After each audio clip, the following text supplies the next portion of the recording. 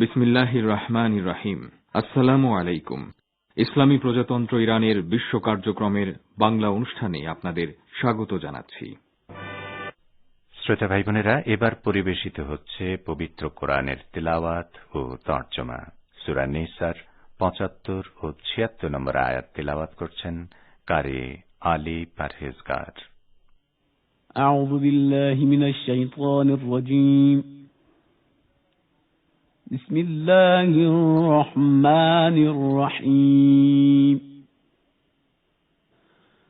وما لكم لا تقاتلون في سبيل الله والمستضعفين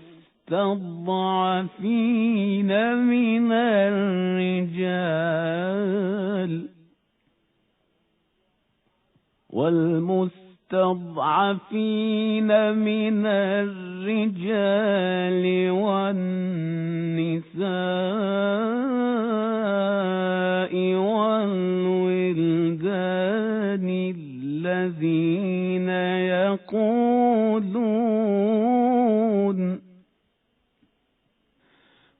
الذين يقولون ربنا أخرجنا من هذه القرية الظالم أهلها واجعل لنا من لدنك وليا واجعل لنا من لدنك نصيرا. الذين آمنوا يقاتلون في سبيل الله والذين كفروا يقاتلون في سبيل الطاغوت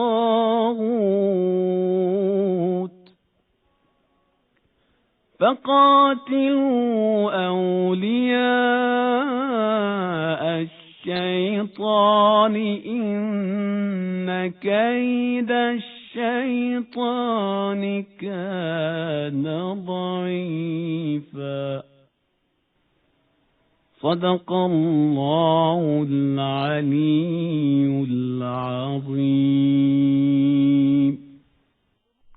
بسم الله الرحمن الرحيم. তোমাদের কি হয়েছে যে তোমরা আল্লাহর পথে এবং অসহায় নরনারী ও শিশুদের জন্য সংগ্রাম করবে না, যারা দুর্বলতার কারণে নির্যাতিত হচ্ছে?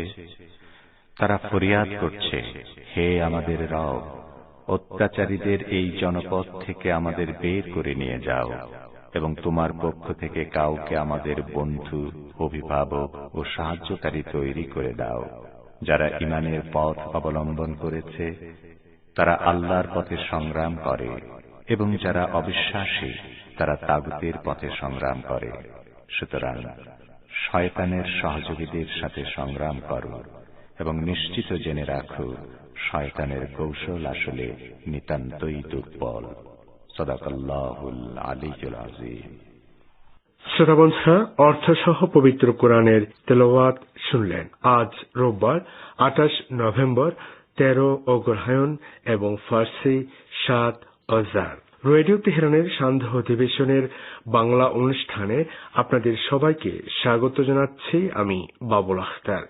এই অনুষ্ঠান প্রচারিত হচ্ছে বাংলাদেশ ও ভারতের শর্টওয়েভ ৩১ মিটার ব্যান্ডে ৯৬২০ কিলোহার্টজে এবং সৌদি আরবে শর্টওয়েভ ৩১ মিটার ব্যান্ডে ৯৮৭০ কিলোহার্টজে। ইন্টারনেটে আমাদের অনুষ্ঠান শোনার জন্য এবং ওয়েবসাইট ভিজিট করার জন্য লগ ইন করুন এই ঠিকানায় parstoday.com/bn। ফেসবুকে সরাসরি শুনতে পাবেন এই ঠিকানায় facebook.com/radio tehran bn। আমাদের এই অনুষ্ঠান ইরান স্যাট বা বাদ 5 স্যাটেলাইটেও প্রচারিত হয়। এবার আজকের অনুষ্ঠান সূচি জানিয়ে দিচ্ছি। শুরুতে থাকছে যথারীতি বিশ্ব সংবাদ। এতে থাকবে ঢাকা ও কলকাতা থেকে আমাদের সংবাদদাতাদের পাঠানো দুটি রিপোর্ট। এরপর সংবাদ বিশ্লেষণমূলক প্রাত্যহিক আয়োজন দৃষ্টিপাতে থাকছে যথারীতি দুটি প্রতিবেদন। পরমাণু সমঝোতায় আমেরিকাকে ফিরিয়ে আনার জন্য ভিয়েনায় আলোচনা শুরুর প্রাক্কালে ওয়াশিংটন তেহরানকে যে হুঁশিয়ার দিয়েছে সে সম্পর্কে আমাদের ভাষ্যকারের একটি পর্যালোচনা। এছাড়া বিশ্বব্যাপী আতঙ্ক ছড়ানো করোনা ভাইরাসের নতুন ধরন ওমিক্রনের সংক্রমণ ঠেকাতে বাংলাদেশের সব আন্তর্জাতিক বন্দরে সতর্কবার্তা সম্পর্কে ঢাকা থেকে আমাদের বিশেষ প্রতিনিধি আব্দুর রহমান খানের একটি প্রতিবেদন। দৃষ্টিপাতের পর থাকবে আল্লাহর পবিত্র নামের তাৎপর্য এবং শিক্ষা শীর্ষক ধারাবাহিক আলোচনা আসমাউল হুসনা। নিয়মিত পরিবেশনা কথাবার্তার পর প্রান্তিক আয়োজন রয়েছে দর্পণ। অধিবেশন শেষ করার আগে বিশ্বের প্রধান প্রধান খবরগুলো সংক্ষেপে আরেকবার জানিয়ে দেওয়া হবে। তো চলুন শোনা যাক এখনকার মতো সর্বশেষ বিশ্ব সংবাদ।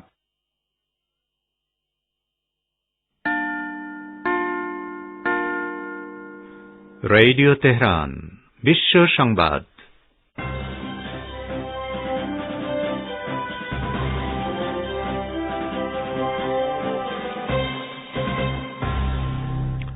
সংবাদ শিরোনাম।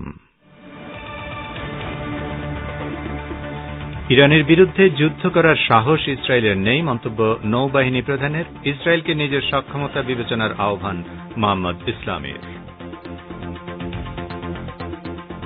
ইকো শীর্ষ সম্মেলনে যোগ দিতে তুর্কমেনিস্তান সফরে ইরানের প্রেসিডেন্ট রাইসি সাক্ষাৎ করলেন স্বাগতিক দেশের প্রেসিডেন্ট কুরবানকুলির সঙ্গে। বাংলাদেশের নিরাপদ সড়ক ও হাফ পাসের দাবিতে আজও রাজধানী ঢাকার শিক্ষার্থীদের বিক্ষোভ, দাবি আদায় না হওয়া পর্যন্ত মাঠ না ছাড়ার হুমকি। এবং ভারতের বিজেপি শাসিত উত্তরপ্রদেশে মাথুরার শাহী ঈদগাহে কৃষ্ণের মূর্তি স্থাপনের ঘোষণা হিন্দু মহাসভার, সংশ্লিষ্ট এলাকায় টান টান উত্তেজনা।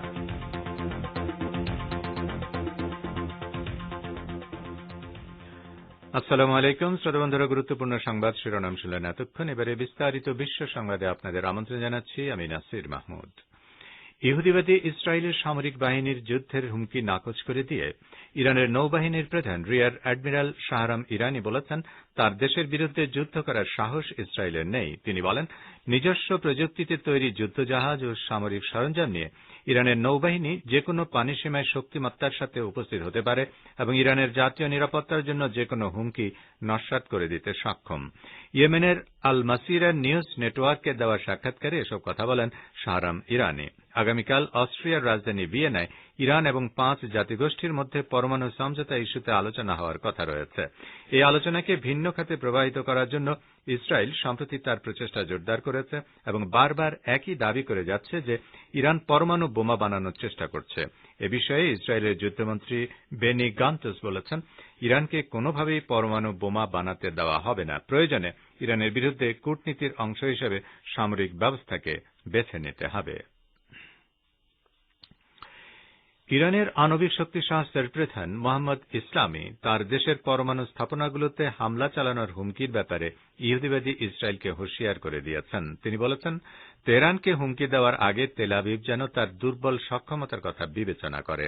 মোহাম্মদ ইসলামি ইয়েমেনের আল মাসিরা টিভিকে দেওয়া এক সাক্ষাৎকারে এই হুঁশিয়ারি উচ্চারণ করেন। তিনি বলেন, ইরানের পরমাণু স্থাপনাগুলোতে হামলা চালানোর হুমকি দেওয়ার আগে ইহুদিবাদী ইসরায়েল যেন আয়নায় নিজের দুর্বল চেহারাটা একবার দেখে নেয়।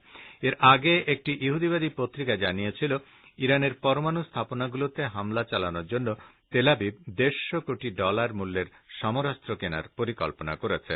ওই খবরের ব্যাপারে প্রতিক্রিয়া জানান ইরানের সর্বোচ্চ নিরাপত্তা পরিষদের সচিব আলী শামখানি। তিনি বলেন, এ ধরনের পরিকল্পনা বাস্তবায়ন করলে তেহরান যে দাঁত ভাঙা জবাব দেবে তার বিশাল ক্ষতি পুষিয়ে নেওয়ার বাজেটও যেন ইসরায়েল প্রস্তুত করে রাখে।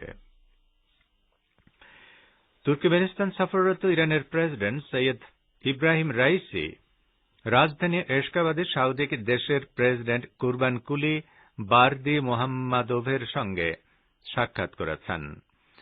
আয়াতুল্লাহ রাইসি শনিবার রাতে এশকাবাদে পৌঁছালে প্রেসিডেন্ট কুরবানকুলি তাকে বিমানবন্দরে আনুষ্ঠানিক অভ্যর্থনা জানান এবং সেখানে দুই প্রেসিডেন্ট প্রাথমিক আলোচনা শেষ করেন।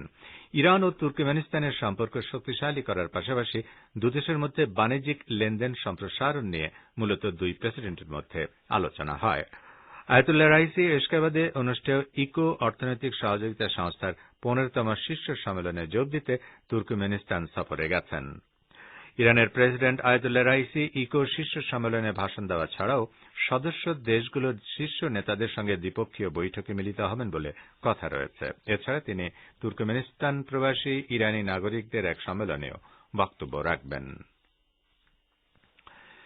ইরানের প্রেসিডেন্ট সৈয়দ ইব্রাহিম রাইসি বলেছেন, প্রতিবেশী দেশগুলোর সঙ্গে সম্পর্ক ঘনিষ্ঠ করা তার সরকারের পররাষ্ট্র নীতিতে সর্বোচ্চ অগ্রাধিকার পাচ্ছে। তুর্কমেনিস্তানে অনুষ্ঠেয় অর্থনৈতিক সহযোগিতা সংস্থা বা ইকোর 15তম শীর্ষ সম্মেলনে যোগ দেওয়ার জন্য শনিবার আশগাবাদের উদ্দেশ্যে দেশ ছাড়ার আগে বিমানবন্দরে সাংবাদিকদের তিনি একথা বলেন।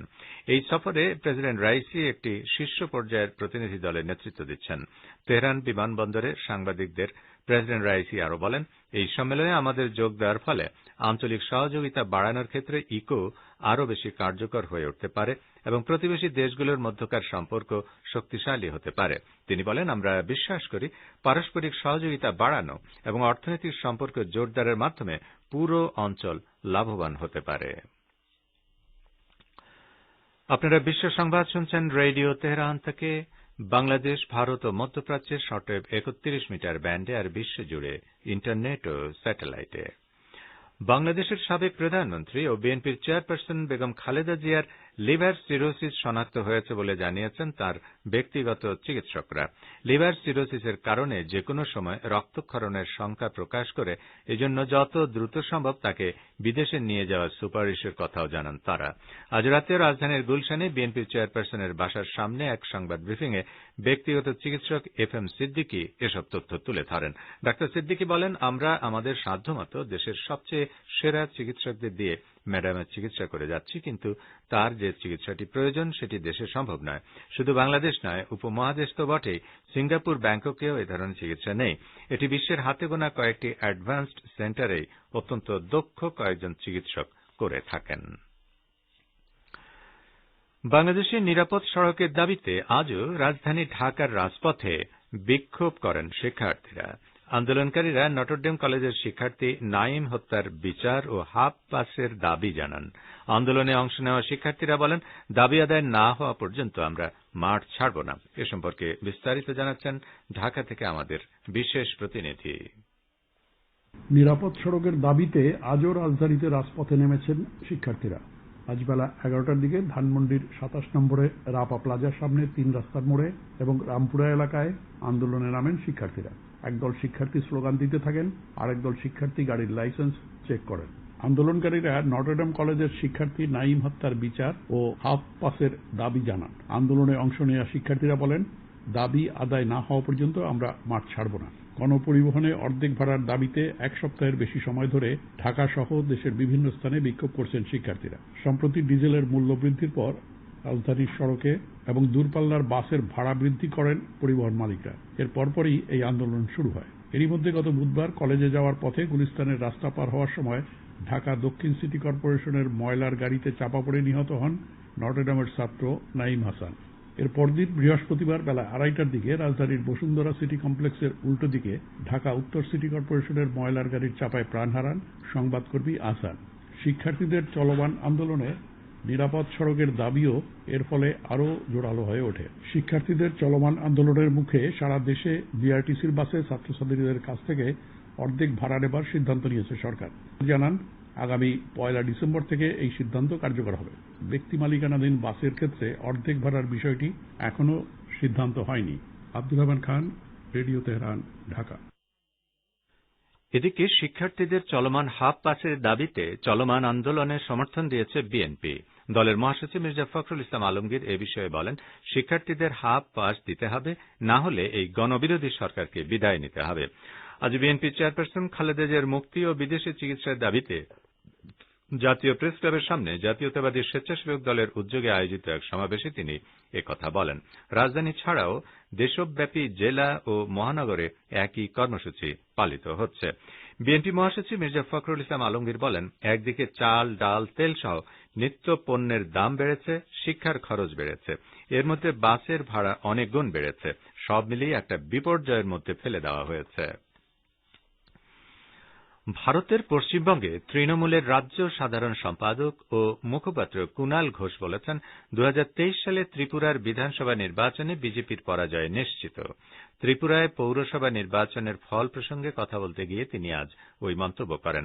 আগরতলা পৌরসভা 6টি নগর পঞ্চায়েত 7টি পৌর পরিষদ মিলিয়ে মোট 334টি আসনে নির্বাচন হয়েছে ত্রিপুরায়। এর মধ্যে 329টি আসনে জয়ী হয়েছে বিজেপি। আমবাসা ওয়ার্ডে মাত্র 1টি আসনে জিতেছে তৃণমূল। পশ্চিমবঙ্গে তৃণমূলের রাজ্য সাধারণ সম্পাদক কুণাল ঘোষ এ প্রসঙ্গে সামাজিক যোগাযোগ মাধ্যমে এক বার্তায় বলেন, ত্রিপুরায় তৃণমূলের 2 মাসের সংগঠনকে ঠেকাতে এত হামলা, মামলা এবং তাণ্ডব চালানো হয়েছে। তারপরেও বহু ওয়ার্ডে দ্বিতীয় হয়েছে তৃণমূল। আমবাসা ওয়ার্ডে জিতেছে দল। দলের লড়াই আর মানুষের সমর্থনকে ধন্যবাদ।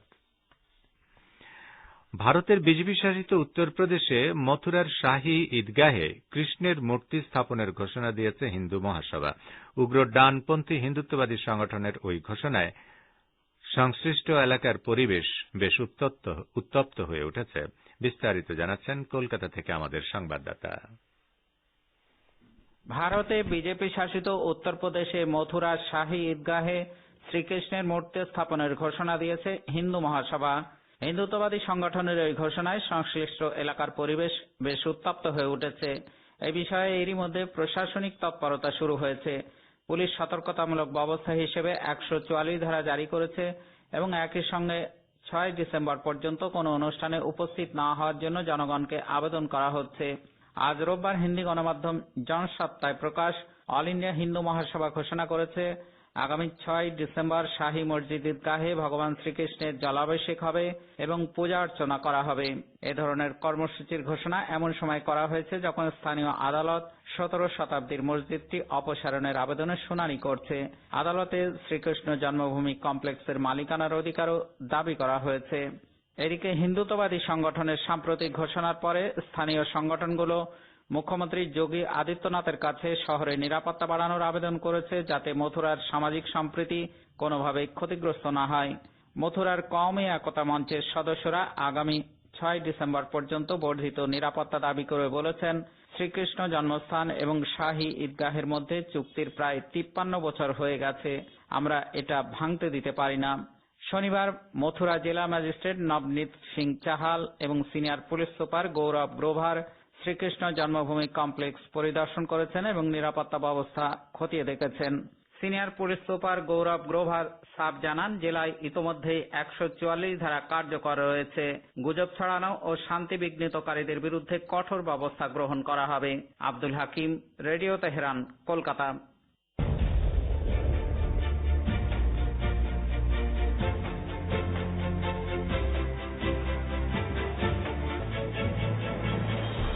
রেডিও তেহরান, খবরের সঙ্গে 24 ঘন্টা। ভিজিট করুন আমাদের ওয়েবপেজ firsttoday.com/bn।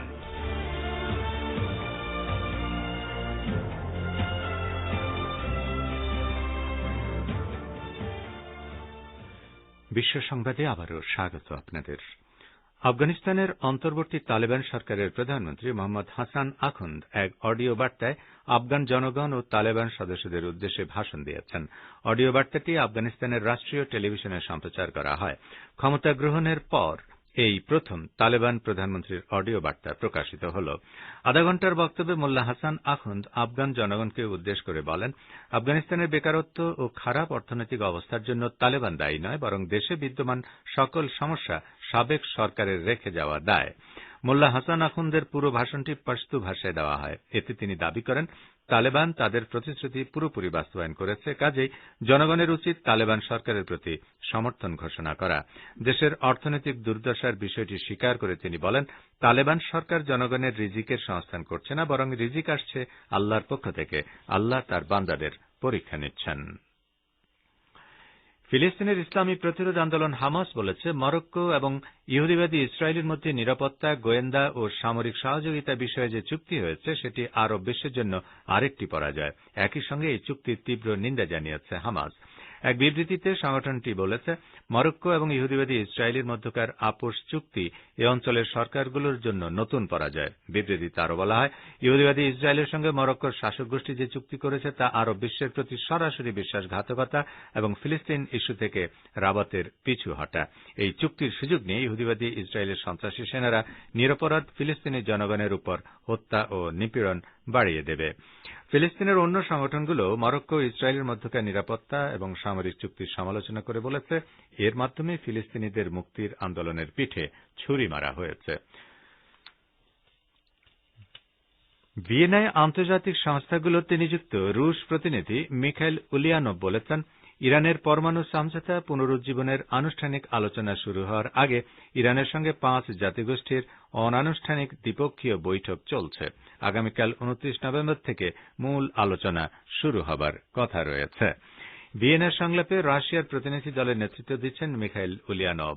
তিনি আজ এক টুইটার বার্তায় লিখেছেন, সোমবারের আনুষ্ঠানিক আলোচনার পূর্ব প্রস্তুতি হিসেবে ইরানের সঙ্গে প্রতিটি দেশের আলাদা আলাদা দ্বিপক্ষীয় বৈঠক অনুষ্ঠিত হচ্ছে। আগামীকাল থেকে শুরু হতে যাওয়া সংলাপে ব্রিটেন, ফ্রান্স, জার্মানি, চীন ও রাশিয়া অংশ নেবে। এই 5 দেশের সঙ্গে আমেরিকা মিলে 2015 সালে ইরানের সাথে পরমাণু সমঝোতা সই করেছিল, কিন্তু 2018 সালে আমেরিকা একতরফাভাবে ওই সমঝোতা থেকে বেরিয়ে গেলে এটি নিয়ে চরম অচলাবস্থা তৈরি হয়। সেই অচলাবস্থা কাটিয়ে ওঠার লক্ষ্যে সোমবার ভিয়েনা বৈঠক শুরু হচ্ছে। তো শ্রোতা বন্ধুরা, আমাদের নিউজ ডেস্কে এই ছিল এখনকার মতো সর্বশেষ বিশ্ব সংবাদ।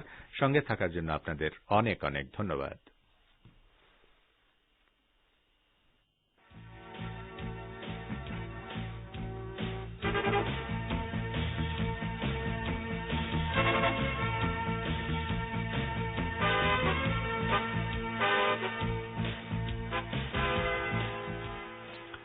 বিশ্ব সংবাদ শুনলেন রেডিও তেহরান থেকে।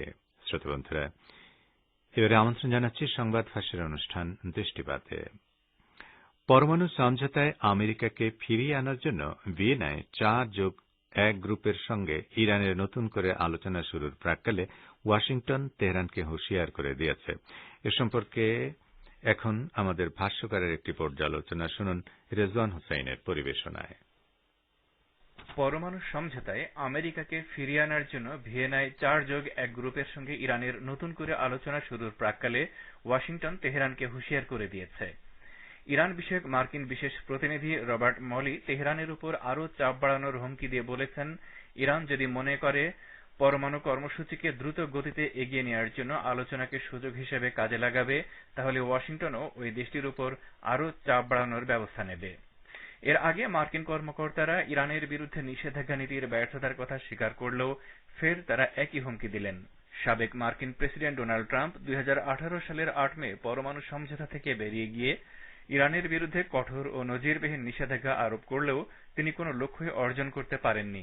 কিন্তু তারপরও বর্তমান বাইডেন প্রশাসনও ওই নীতি অনুসরণ করে যাচ্ছে এবং পরমাণু সংক্রান্ত আলোচনায় নিজের একক ইচ্ছা মেনে নিতে ইরানের উপর সর্বোচ্চ চাপ সৃষ্টির চেষ্টা চালাচ্ছে। প্রকৃতপক্ষে পরমাণু সমঝোতায় অচলাবস্থার জন্য আমেরিকাই দায়ী, কিন্তু তারপরও তারা নিজেদের অপরাধ স্বীকার না করে ভিয়েনা বৈঠকের প্রাক্কালে উল্টো ইরানকে দোষী বানানোর চেষ্টা করে হুমকি ধমকি দিচ্ছে।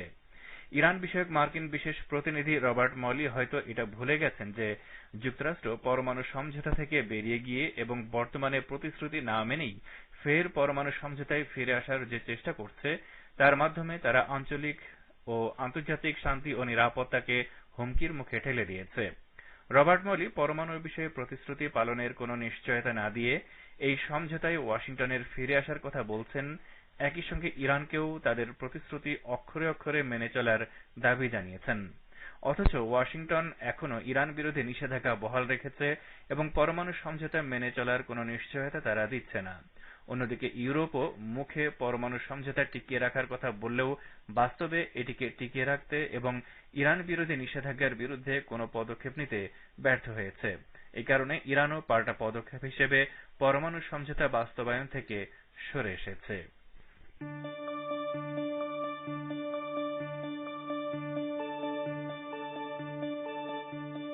আপনারা রেডিও তেহরানের অনুষ্ঠান শুনছেন সরাসরি তেহরান স্টুডিও থেকে।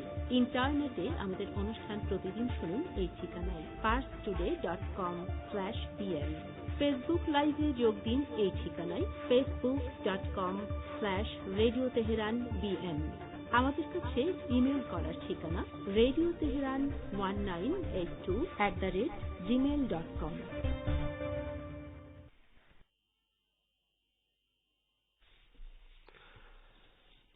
এবারে দৃষ্টি দেব বাংলাদেশের দিকে। বিশ্বব্যাপী আতঙ্ক ছড়ানো করোনা ভাইরাসের নতুন ধরন ওমিক্রনের সংক্রমণ ঠেকাতে বাংলাদেশের সব আন্তর্জাতিক বন্দরে সতর্কবার্তা দেওয়া হয়েছে।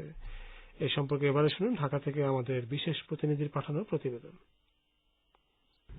বিশ্বব্যাপী আতঙ্ক ছড়ানো করোনা ভাইরাসের নতুন ধরন ওমিক্রনের সংক্রমণ ঠেকাতে বাংলাদেশের সকল আন্তর্জাতিক বন্দরে সতর্ক বার্তা দেওয়া হয়েছে। রোববার স্বাস্থ্য অধিদপ্তরের ব্রিফিংয়ে একথা জানান অধিদপ্তরের পরিচালক অধ্যাপক মোহাম্মদ নাজমুল ইসলাম।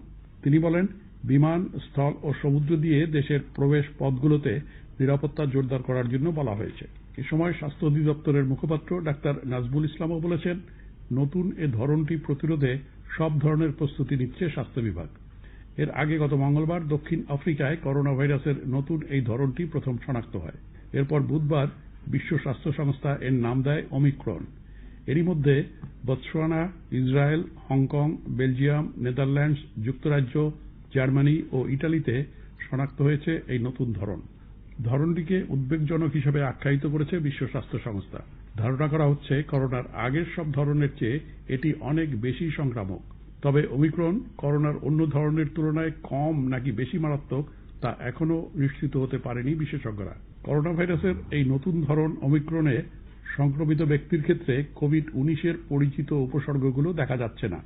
আক্রান্ত ব্যক্তির শরীরে রোগটির মৃদু উপস্থিতি দেখা যাচ্ছে, তবে এই ধরনটি সম্পর্কে বলার সময় এখনো আসেনি। এদিকে শনিবার পর্যন্ত বাংলাদেশ সহ ইউরোপিয়ান ইউনিয়ন, যুক্তরাষ্ট্র, যুক্তরাজ্য, কানাডা, অস্ট্রেলিয়া, নেদারল্যান্ডস, জার্মানি, চেক রিপাবলিক, জাপান, ভারত, ইরান ও থাইল্যান্ড ওমিক্রনের বিস্তার ঠেকাতে আফ্রিকার দক্ষিণাঞ্চলের কয়েকটি দেশ থেকে ফ্লাইট বাতিল, নিষেধাজ্ঞা এবং নিজ নিজ দেশে কঠোর বিধিনিষেধ আরোপ করেছে।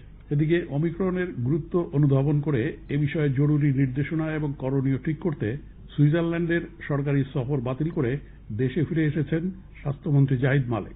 গতকাল শনিবার সুইজারল্যান্ডের সরকারি প্রোগ্রামের উদ্দেশ্যে রওনা দিয়ে দুবাই থেকেই ভিন্ন আরেকটি ফ্লাইটে রাত 11টায় দেশে ফিরে আসেন তিনি। রোববার স্বাস্থ্য মন্ত্রণালয় এক সংবাদ বিজ্ঞপ্তিতে এই খবর জানায়। স্বাস্থ্য অধিদপ্তরের পরিচালক আজ সংবাদ সম্মেলনে বলেছেন, গত 30 দিনে দেশে করোনা শনাক্তের নিম্ন হার দেখা গেছে।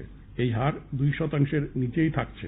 কিন্তু এই পরিস্থিতিতে আমাদের আত্মতুষ্টিতে ভোগার কোনো কারণ নেই। মাস্ক পরা সহ অন্যান্য স্বাস্থ্যবিধি মেনে চলার কোনো বিকল্প নেই। এদিকে আজ রোববার স্বাস্থ্য অধিদপ্তর থেকে পাঠানো করোনা বিষয়ক নিয়মিত সংবাদ বিজ্ঞপ্তিতে জানানো হয়েছে, করোনা ভাইরাসে গত 24 ঘন্টায় দেশে 3 জনের মৃত্যু হয়েছে। বিজ্ঞপ্তিতে বলা হয়, নতুন করে গত 24 ঘন্টায় করোনা ধরা পড়েছে আরও 205 জনের শরীরে। Abdur Rahman Khan, radio Tehran, Dhaka. প্রতিবেদনটি শুনলেন, আর এরই সঙ্গে শেষ হল সংবাদ ভাষ্য অনুষ্ঠান দৃষ্টিপাত। আপনি অনুষ্ঠান শুনছেন রেডিও তেহরান থেকে। এবারে রয়েছে